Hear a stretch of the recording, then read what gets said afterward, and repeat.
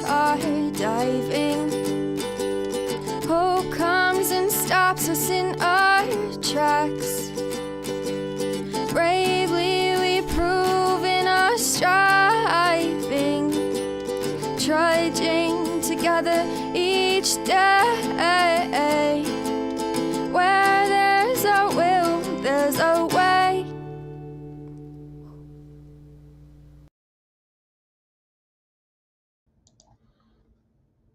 Good morning. For some reason things are not working, so I got to do this a little differently. You just give me a second. There we go. All right. We got a needy cat. Oh, needy cat. Poor guy. Poor guy. His ears are back, but he's not irritated, just so you know. We might be irritated. I fell asleep at like 4 o'clock yesterday, and this guy was still in the sunroom. He likes to hang out there, so he was out there all night. Like all night. I didn't get up till 6, so he was out there 14 hours by himself.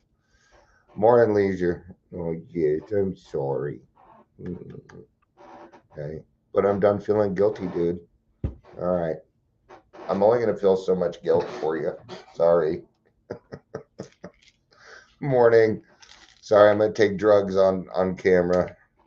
It's for my shoulder. It's just naproxen.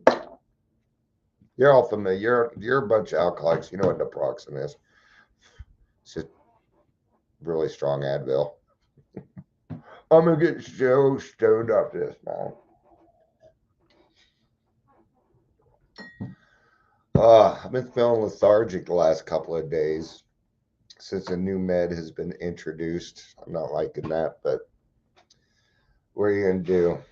What are you going to do, man? Yeah. Drugs, not hugs. Yeah, because we were talking about hugs, huh? Well, no, that was in the grassroots thing. Do you want more attention? All right. Come on up. Come on. You know, we all have passions in this life. I have passions also. You know, and my passion is helping out people in recovery, mostly homeless. Okay. But I tell you right now, what AA does not need, what the country does not need, more division. I gotta say, I am so tired of watching people divide over things that don't even fucking affect you, but we want to find things to complain about and all these other things. And if you want to continue to be political on my page, please go ahead and remove yourself, because I'm probably going to remove you. I'm not on Facebook to hear your political ideations. I have my own views, you know, and I'll keep it kind of light. Okay, all these people out here, and some of them include people like Congress and our Attorney General, okay, that have made recovery big business in Colorado, are all Democrat. Every single one of them. Okay. Now, do I take that into account? No. No, it has nothing to do with a political thing. I was political before I got here, Leisure.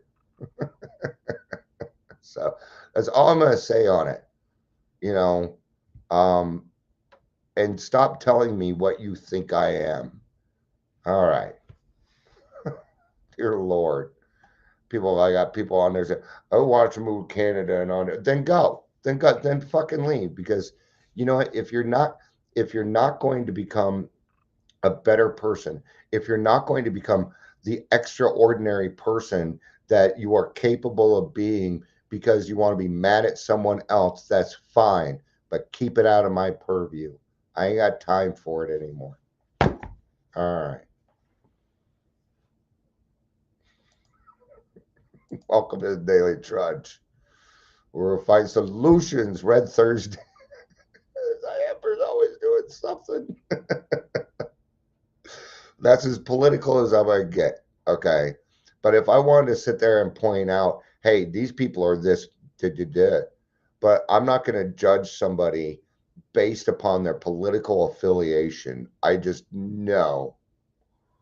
No, I'm not. Absolutely, Leisure. Absolutely. If you're here, please say hello, whether you're watching the live or the rewatch. That's right.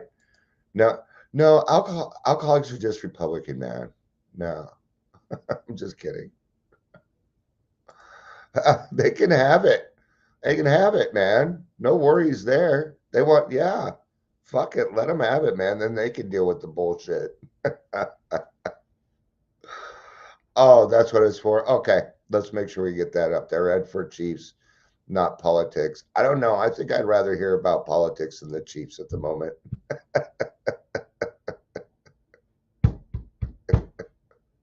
I was so tired of seeing Mahomes' face. And I'm watching some of this stuff. Like a couple of like somebody will bump into somebody else. It was a basketball one. It bumps into, barely touching the guy falls. Like, oh look what he did. Look in my age, if somebody did that to you, you'd be like, that's the best you got? Try that again. No, try that again, because if that's the best you got, you're a weak motherfucker. Now it's like, oh, did you touch me? Oh no. Okay. He touched me. Did you see that? It's so illegal. Did somebody record that? Everybody got their phones out? Everybody got their phones? Did somebody record that? I'm recording you. Okay. Oh, I'm in a weird mood. All right. Step 6. Now I'll do my best to not put my own ideals into this step, because clearly I'm kind of on that kick at the present moment. So God, give me some humility here. Please give me the right words so that this is done correctly and not the way Dion wants it. All right, let's go and get started. I think I'm covered. We're entirely ready to have God remove all these defects of character. And we found these defects of character in step 5. They're listed in the big book.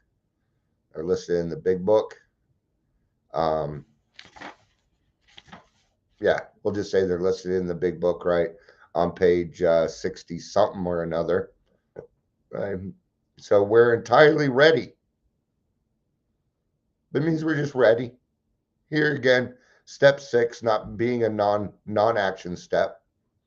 Yeah, 4, 5, 9, 12. Those are our action steps. The rest are non-action. They require internal honesty. They require internal thought.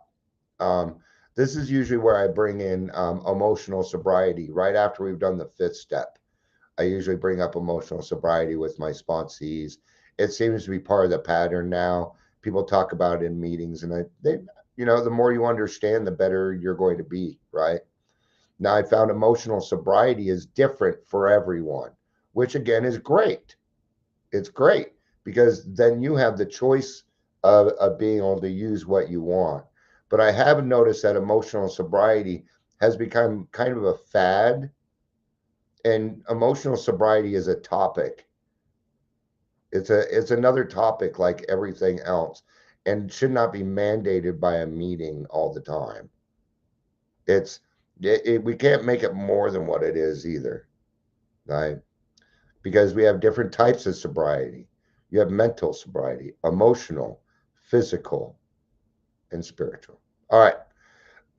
Since this is a step that separates the men from the boys, let's go ahead and rephrase that for today's thing, for how we do things today. This is the step that separates the people that want to be sane. This is where it's at. This is where people make the decision on whether they're going to get to step 10 and actually embrace the sanity. All right, that's what I have found anyway. So declares a well-loved clergyman who happens to be one of AA's greatest friends. He goes to explain that any person capable of enough willingness and honesty to try repeatedly step 6 on all his faults without any reservations whatsoever, that means no lurking notions, it means we're not holding on to something. Maybe we have a fear of losing something. We got to let go of it. Okay, this is very much the force and the dark side. All right. Anyway, I'm trying to make it funny too so that I'm not an ass. Has indeed come a long way spiritually and therefore is entitled. Entitlement. You're entitled to it. In this case, entitled means you earned it. That's what it means. Doesn't mean that I get to go around and say, oh, I'm spiritually fit now. What are you? Yeah, so that means what I say go. No. It means you come a long way. And great fucking job, man. It is hard to do the 4th and 5th step. It is hard to do this work. And I'm proud of anybody that's done it, whether I like them or not. I'm proud of them because it's not easy to do, to work on becoming a better person when you have all this bullshit going on around you constantly. Yeah. And therefore, entitled to be called a person who is sincerely trying to grow in the image and likeness of his own creator. Yours, yours, yours, yours. Yep. Your creator, not mine. Not the Catholic, not the Christian, not the, and Buddha's not a religion, by the way. From my understanding, is a practice. It is a practice that is added on to whatever spirituality you have going on. That's my understanding. I could be wrong. And if I am, please somebody say so. Right? Of course, the often disputed question of whether God can and will, under certain conditions, okay, under certain conditions, remove defects of character will be answered with a prompt affirmative by almost any AA member. To him, the proposition will be no theory at all. It will be just about the largest fact in his life. He will usually offer proof in a statement like this, okay? Now, the character defect they're going to bring up is the obsession, okay? What about anger? You still get angry, don't you? Yeah, you do. Still get sad. You still have this range of emotions, do you? Okay, your anger, the anger is not a character defect. Everybody has anger. Everybody gets mad. Everybody gets frustrated. Right? Yeah, acceptance is a great start to step 6. Accepting the fact that I do have anger. Because once I can accept the fact that I have anger, the character defect is gone. It's what I do with that anger that's the character defect. It's the result of my action that is the character defect. Sure, I was beaten, absolutely licked. My own willpower just wouldn't work on alcohol. Change of scene, the best efforts of family, friends, doctors, and clergymen got no place with my alcoholism. Now, I have to disagree a little bit here. I do not think the obsession of alcohol is a character defect. I believe that is a mental illness. I believe that's a mental illness. The obsession of alcohol has been lifted from me with perfection. It was lifted with perfection. And that's where we're trying to get to here. Perfection. And it's okay. I don't want to. If you refuse to strive for perfection, then this isn't going to work. Right? Yeah, absolutely it was. This is usually where grass becomes green. Absolutely. Thank you, Leisure. I simply couldn't stop drinking. No human being could seem to do the job for me. But when I became willing to clean house and then asked the higher power, God as I understood him, to give me release, my obsession to drink vanished. No worries, Amber. You didn't miss nothing. You didn't miss anything. My obsession to drink vanished. It was lifted right out of me. In AA meetings all over the world, statements like these are heard daily. It is plain for everybody to see that each sober AA member has been granted a release from this very obstinate and potentially fatal obsession. So, in a very complete and literal way, all AAs have become entirely ready to have God remove the mania for alcohol from their lives. And God has proceeded to do exactly that. So, why are they using that as an example? Because it is a very, even though I don't quite agree, it is a very good example that God lifted the mania for alcohol from me. So I'm going to use the same process. That's what they're trying to get to in that. Sorry, I'm looking for something. I want to find the principle behind step 6.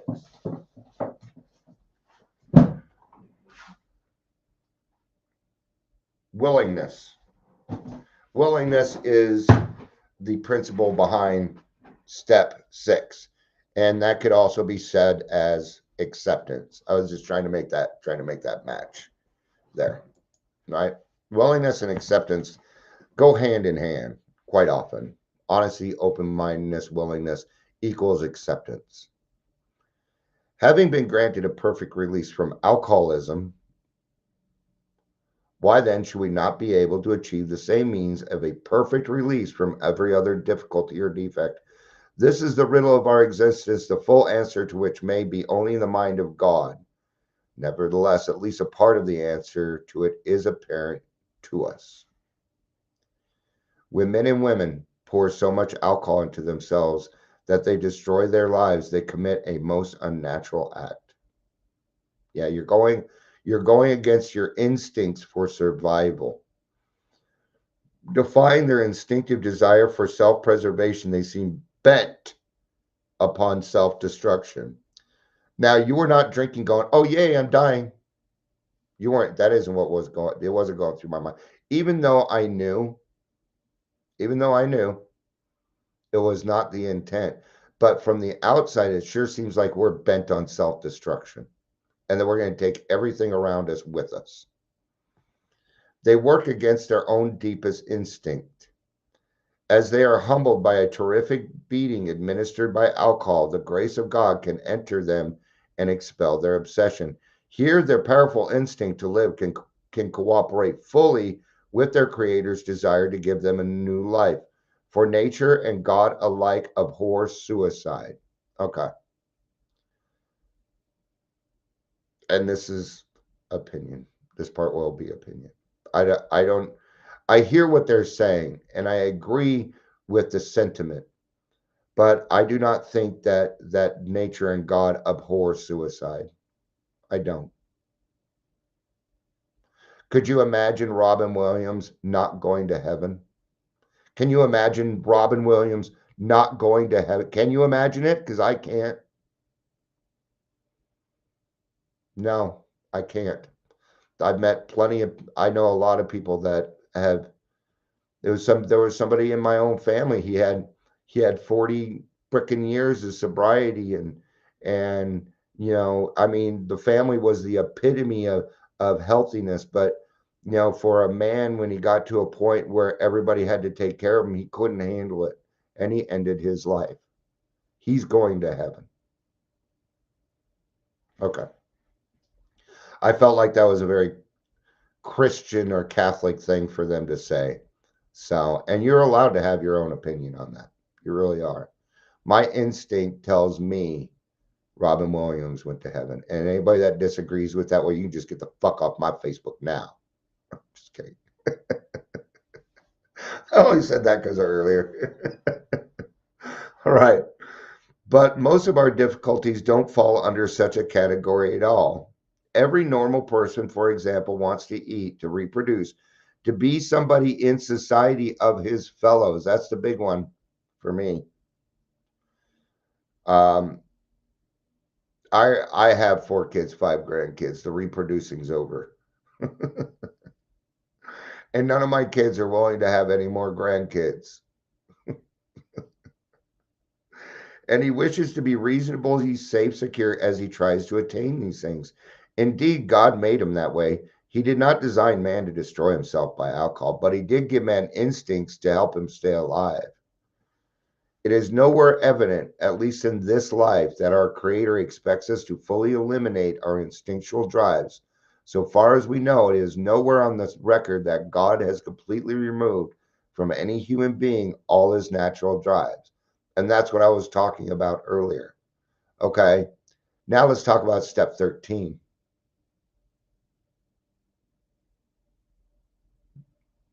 Yeah.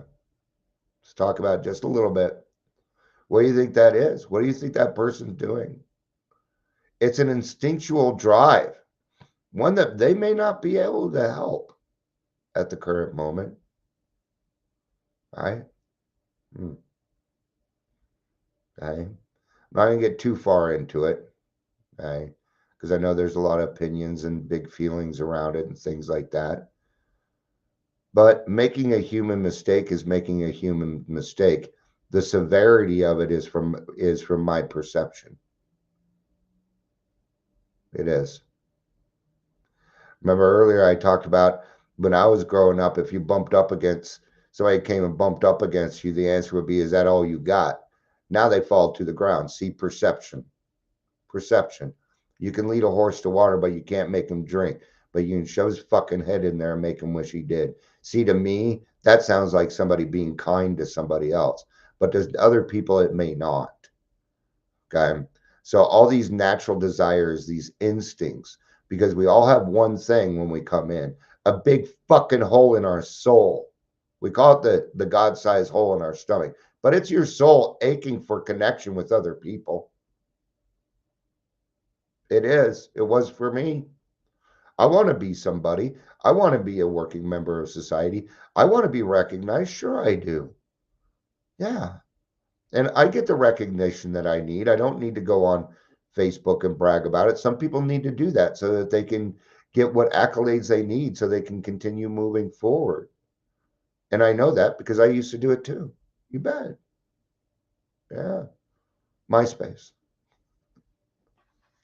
You know, the thing is like in the recovery field, almost everybody knows who I am, but nobody knows who I am. And they may know my name and kind of what I do, but that doesn't mean you know me. No. Now, people that come here and that I talk to on a regular basis, you know me. I'm not hiding anything. I don't bring all my personal stuff up here. No, that's for my therapist. There's sometimes when I come to this group and ask for suggestions. You bet.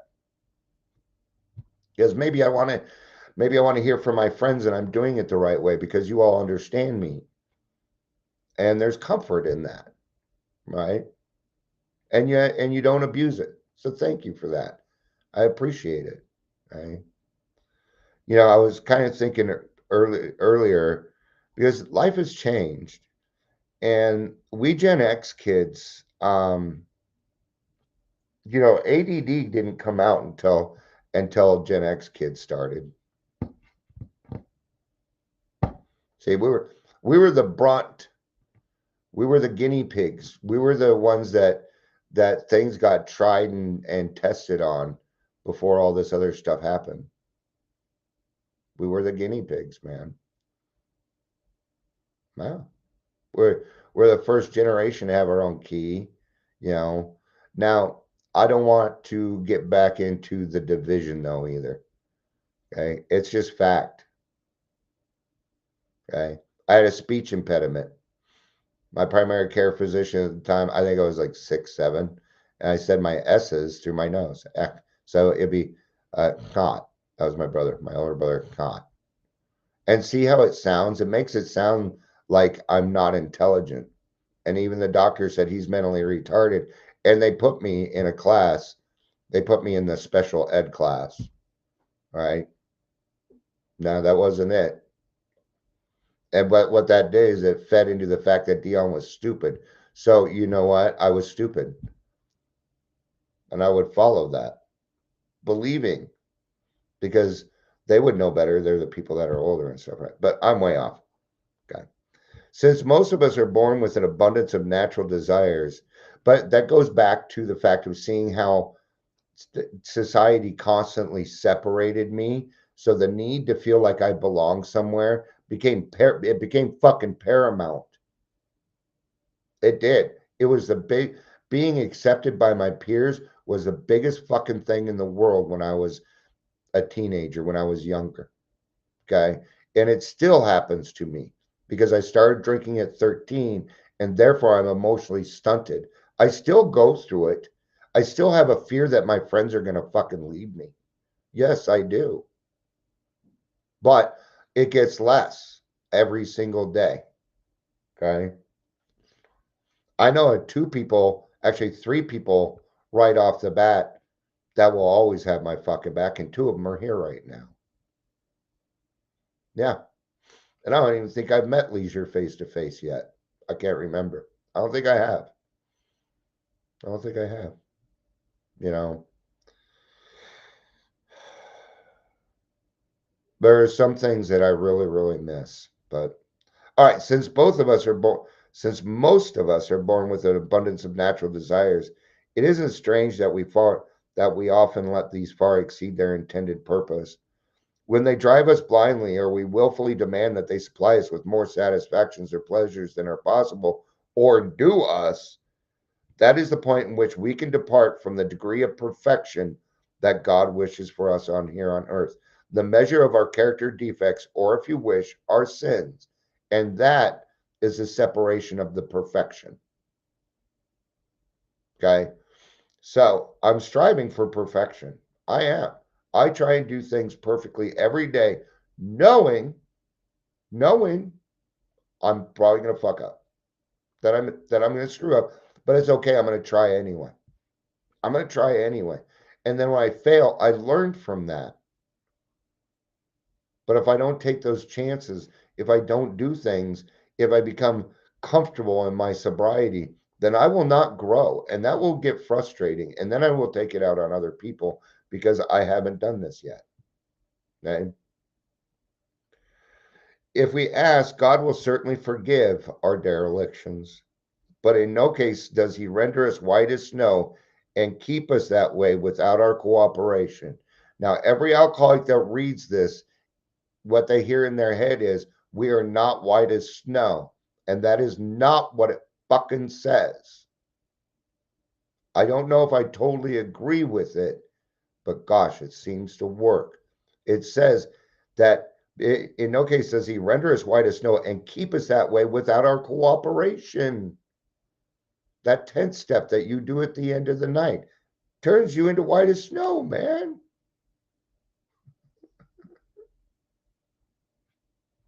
All right. That is something we are supposed to be willing to work towards.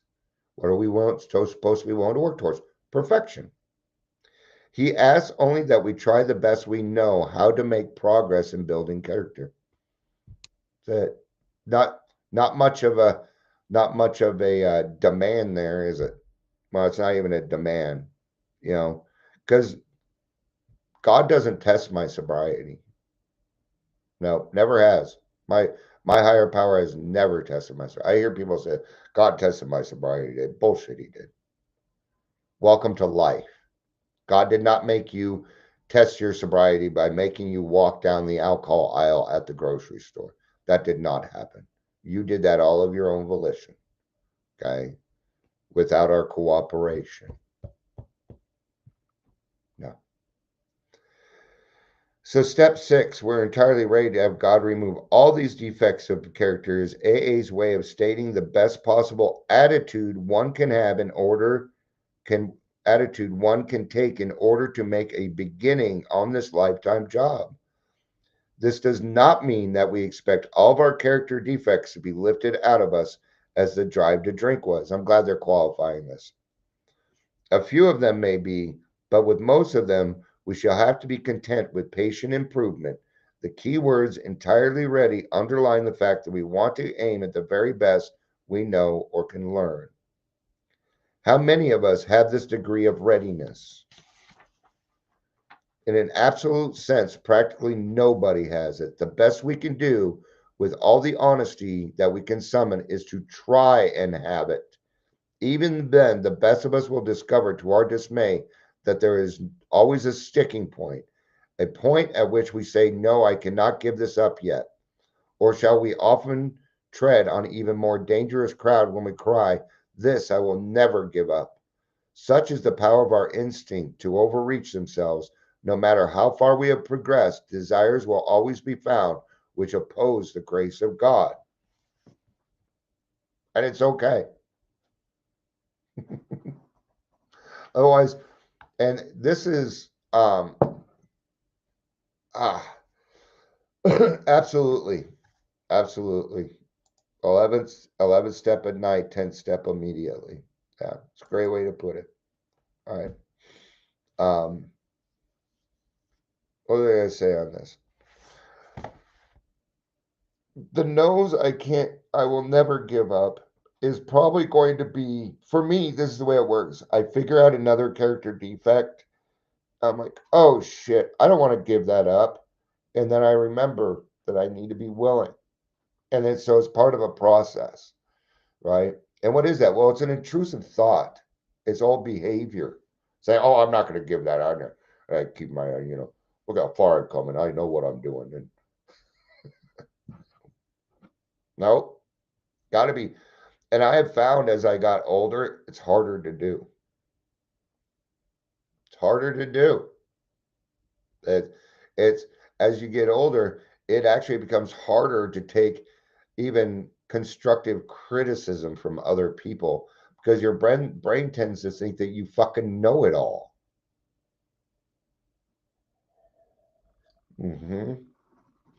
Now, I may know more than others, but that doesn't mean I know it all. And it may not even be in the right field, who knows? It varies.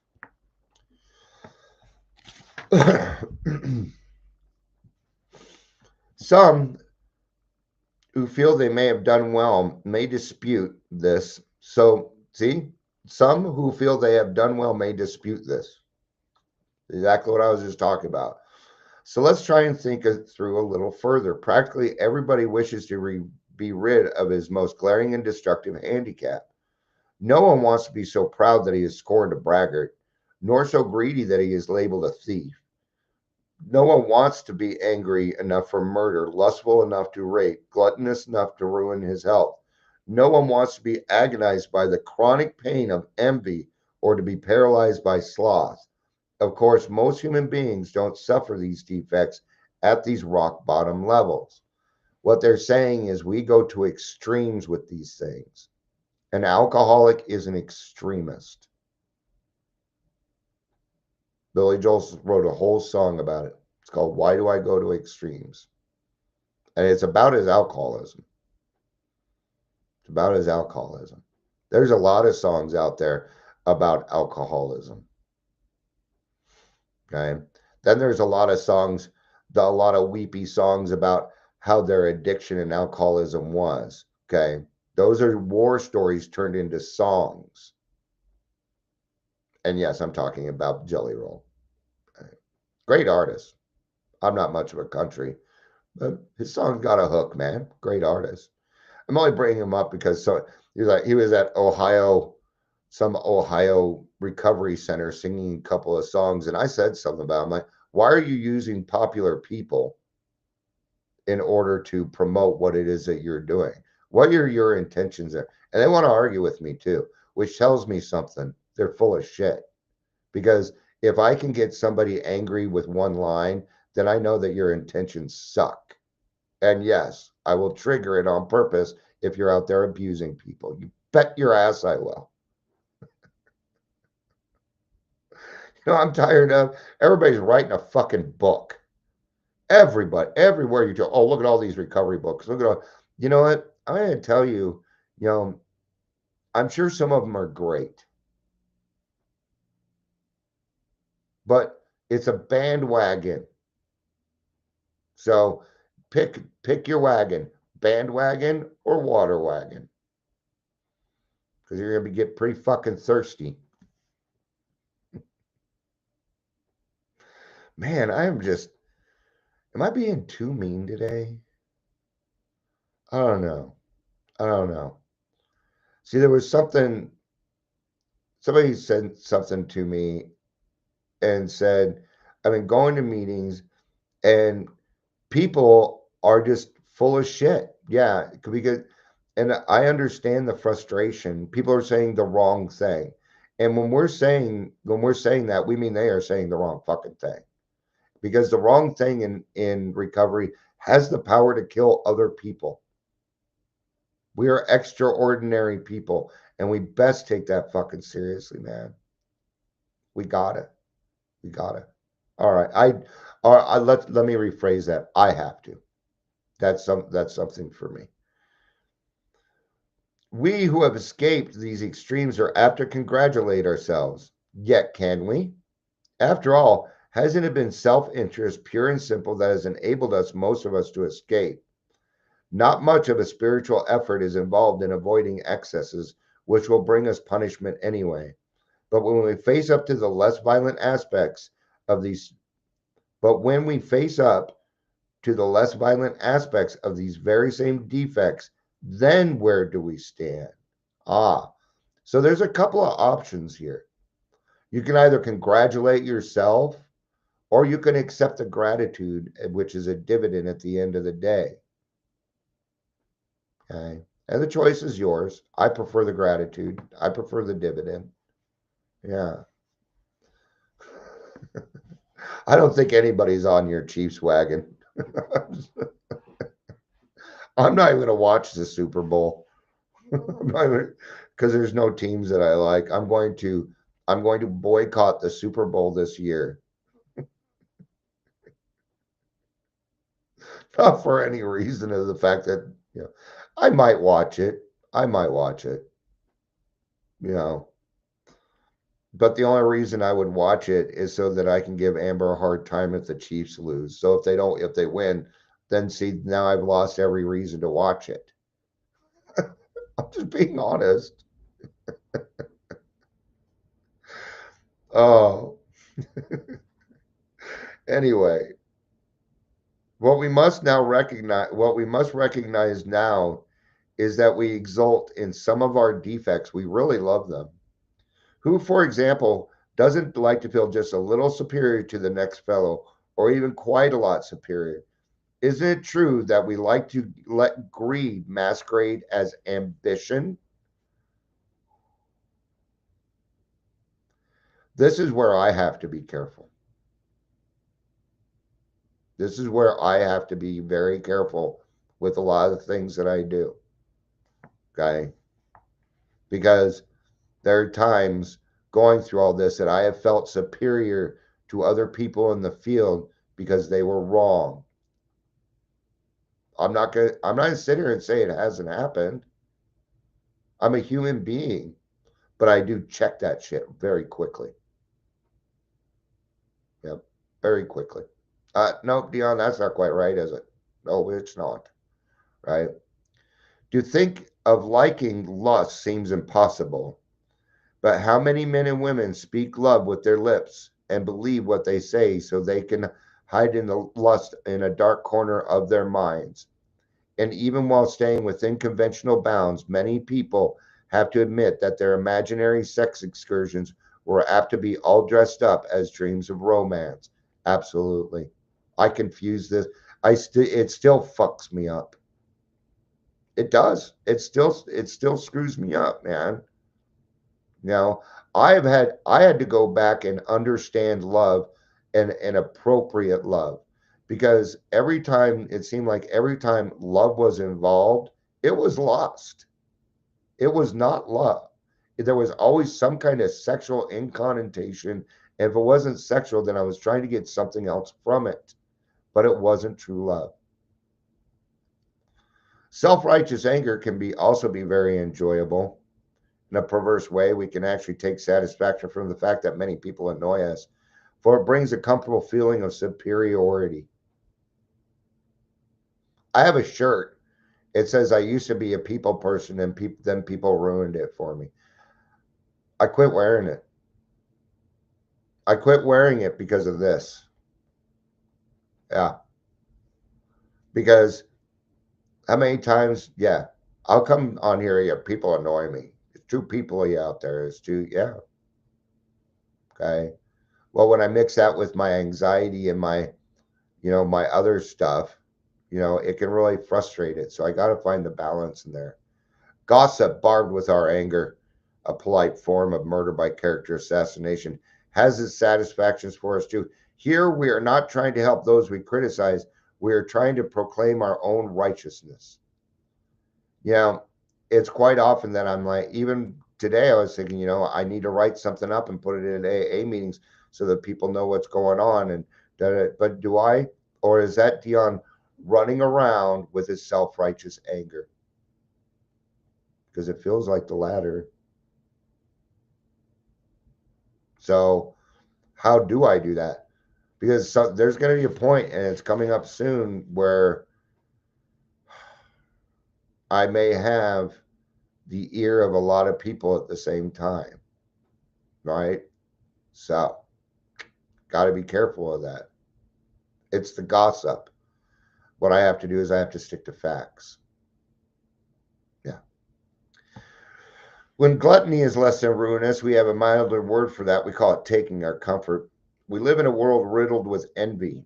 To a greater or less degree, everybody is infected with it. From this defect, we must surely get a warped yet definite satisfaction. Else, why would we consume such great amounts of time wishing for what we have not, rather than working for it?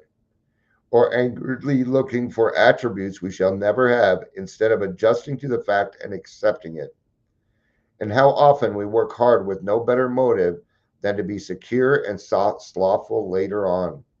Only we call that retiring.